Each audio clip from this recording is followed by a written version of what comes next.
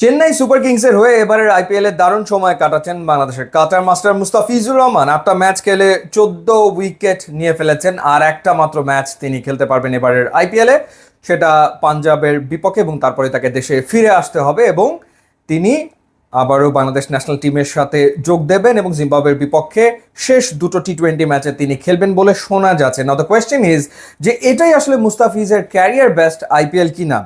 2016-তে তিনি যখন প্রথম সিজন খেললেন সানরাইজার্স হায়দ্রাবাদের জার্সিতে, 16 ম্যাচে 17 উইকেট তিনি সেবার আসলে নিয়েছিলেন।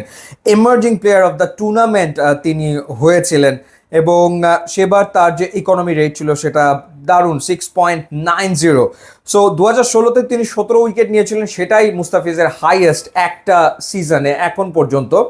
এরপর 2017-তে তিনি মাত্র একটা ম্যাচ খেলেছিলেন সানরাইজার্স হায়দ্রাবাদের হয়ে এবং সেবার তিনি কোনো উইকেট আসলে পাননি। 2018-তে মুম্বাই ইন্ডিয়ান্সে নাম লেখান মুস্তাফিজুর রহমান, 7 ম্যাচে তিনি উইকেট নিয়েছিলেন 7টা এবং তার ইকোনমি রেট ছিল 8.36 এবং এরপর 2021-এ রাজস্থান রয়্যালসের হয়ে তিনি আবার 14টা ম্যাচ খেলেন। 14টা ম্যাচে তিনি 14টা উইকেট নিয়েছিলেন, যেটা তার সোফার সেকেন্ড বেস্ট আইপিএল সিজন 2016-র পরে। 2021-এ সেবার 8.41 ছিল হচ্ছে তার ইকোনমি রেট।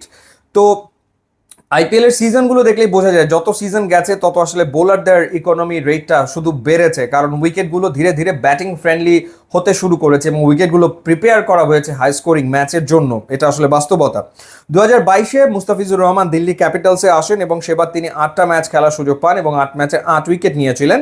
7.63 ছিল তার ইকোনমি রেট। খুবই ভালো ইকোনমি রেটে তিনি বল করেছিলেন, যদিও উইকেট 8টা পেয়েছিলেন, বাট খুবই ভালো বল করেছিলেন, কোনো ডাউট আসলে নেই। 2023-এ তিনি ম্যাচ খেলার সুযোগ সেভাবে পাননি, মাত্র দুটো ম্যাচ খেলেছেন। হি ওয়াজ ভেরি এক্সপেন্সিভ। দুটো ম্যাচে 11.29 ছিল তার ইকোনমি রেট এবং তিনি উইকেট নিতে সক্ষম হন একটা।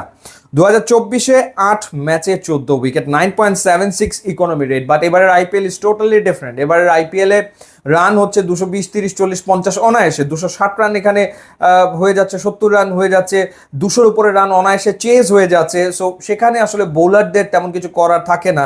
তো সেই জায়গাটাতেও 9.76 ইকোনমি রেট মেনটেন করে যাওয়াটা খুব একটা ডেফিনেটলি খারাপ তো না।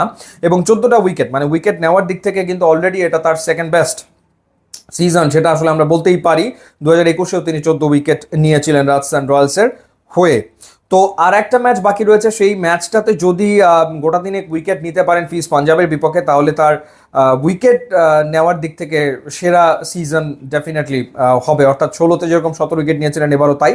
তো প্রবাবলি সেটা যদি তিনি করতে নাও পারেন, যদি আর একটা উইকেট নিতে পারেন, তাহলে এটা তার সেকেন্ড বেস্ট সিজন হতে চলেছে তার আইপিএল ক্যারিয়ারে, কোনো সন্দেহ আসলে নাই। বাট যদি বিসিবি তাকে ম্যাচগুলো খেলার সুযোগ করে দিত, তাহলে আরও তিনি ম্যাচ পেতেন, আরও 2-3টে ম্যাচ তিনি পেতেন এবং সেই ক্ষেত্রে নিশ্চিতভাবেই 17 উইকেটের যে তার নিজস্ব যে মাইল ফলক, সেটাকে মুস্তাফিজ ছাড়িয়ে যেতেন বলে আমার কাছে মনে হয়।